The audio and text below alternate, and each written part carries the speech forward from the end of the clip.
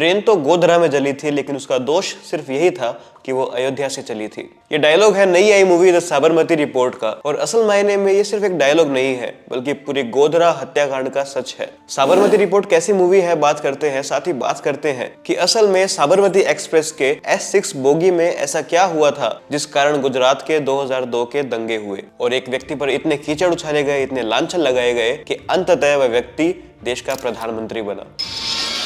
27 फरवरी 2002 भारतीय इतिहास का वो काला दिन जिस दिन 27 पुरुष, 20 महिलाएं और 12 बच्चों को जिंदा जला दिया गया। फरवरी 2002 में विश्व हिंदू परिषद के कहने पर पूर्ण आहुति महायज्ञ समारोह में शामिल होने के लिए गुजरात से कार सेवक अयोध्या गए थे। उसके बाद 25 फरवरी को करीब 1700 कार सेवकों का समूह अयोध्या से अहमदाबाद के लिए साबरमती एक्सप्रेस में बैठा। 27 फरवरी 2002 को सुबह 7:30 बजे ट्रेन गोधरा स्टेशन पर पहुंचती है। ट्रेन स्टेशन से थोड़े आगे चलती है तो कुछ लोग ट्रेन को रोकने के लिए 2-3 बार चैन खींचते हैं। SIT की रिपोर्ट के हिसाब से ट्रेन को ठीक उसी जगह रुकवाया जाता है जहां एक मुस्लिम बस्ती थी। SIT की रिपोर्ट और गुजरात सरकार के हिसाब से वहां गांची मुस्लिम समुदाय की एक भीड़ आती है और पत्थरबाजी शुरू कर देती है। पत्थरबाजी से बचने के लिए लोग खिड़की बंद करते हैं, जिसका फायदा उठाते हुए पत्थरबाज ट्रेन में घुसते हैं।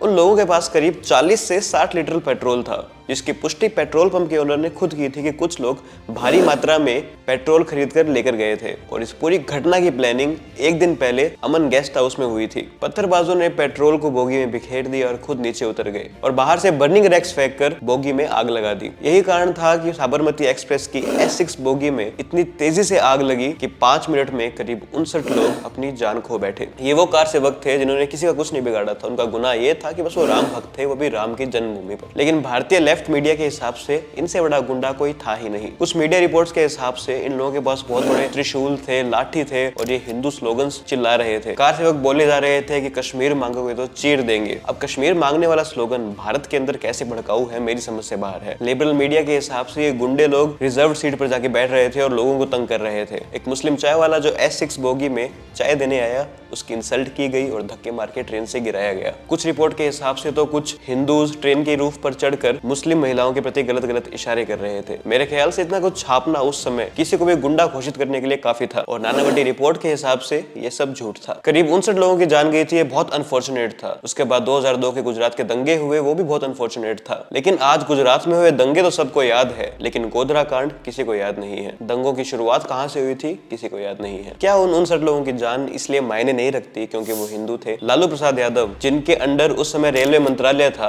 उनकी कमेटी के रिपोर्ट के हिसाब से तो S6 बोगी के अंदर लोग खाना पकाने वाले थे। खाना पकाने के लिए चूल्हा जलाया गया और उस कारण ट्रेन में आग लग गई। मतलब इससे सेंसलेस बात तो कुछ हो ही नहीं सकती थी। सुप्रीम कोर्ट ने भी इस रिपोर्ट को बहुत बुरी तरीके से नकारा था। लेफ्ट मीडिया द्वारा और उस समय की सरकार के द्वारा पूरी तरह से ये दिखाया गया कि लोगों को ये लगे कि ये पूरा इंसिडेंट या तो इनसाइडर जॉब है या फिर महज एक एक्सीडेंट। यहाँ तक कि बॉलीवुड में फिराक और फरजाना जैसी फिल्म्स भी बनी, जिसमें ये दिखाया गया कि गुजरात दंगे कितने भयानक थे। बल्कि उसमें ये बिल्कुल नहीं दिखाया गया कि गोधरा कांड कितना भयानक था। ये नहीं दिखाया गया कि गुजरात दंगों की शुरुआत कहां से हुई थी। Typical Bollywood film. और अब फाइनली बॉलीवुड में ऐसी फिल्म आती है जो गोधरा कांड पर बनी है, द साबरमती रिपोर्ट। लेकिन मुझे ये फिल्म को इतनी खास इंपैक्टफुल लगी नहीं। फिल्म का पर्पस सच दिखाने का होना चाहिए था कि गोधरा कांड में आखिर हुआ क्या था, किसकी गलती थी, क्या मस्जिदों के लाउड स्पीकर से सच में कुछ भड़काऊ नारे लगाए गए थे। लेकिन फिल्म का मेन फोकस है विक्रांत मैसी के कैरेक्टर को दिखाने का कि वो कितना बड़ा शराबी था, कितना बड़ा पियक्कड़ था। ठीक है, एक पॉजिटिव अप्रोच थी फिल्म की, सच्चाई दिखाने के लिए फिल्म बनी थी। लेकिन सीरियस फिल्म में आप क्रिंज कॉमेडी नहीं कर सकते, क्रिंज डायलॉग्स नहीं डाल सकते। लोगों को कोर्ट रूम ड्रामा देखना है, ना कि क्रिंज डायलॉग्स। लोगों को इस फिल्म में फैक्ट्स देखने थे।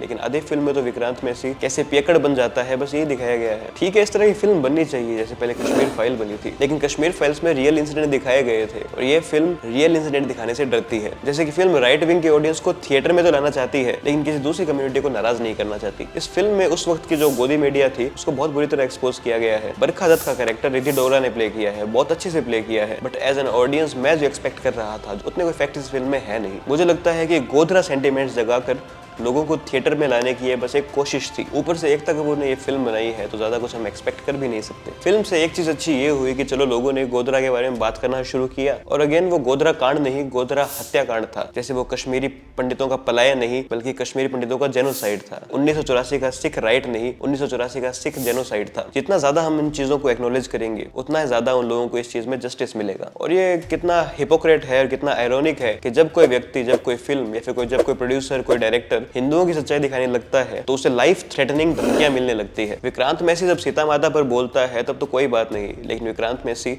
जब साबरमती पर फिल्म बना देता है तो उसे लाइफ थ्रेटनिंग धमकियां मिलने लगती है। ये है भारत का सेकुलरिज्म। आपको फिल्म कैसी लगी मुझे कमेंट सेक्शन में जरूर बताइएगा। ये मेरा ओपिनियन है। वीडियो को लाइक करना ना भूले, चैनल को सब्सक्राइब करना ना भूले, इस वीडियो को ज्यादा से ज्यादा शेयर करें। मिलते हैं नेक्स्ट वीडियो में।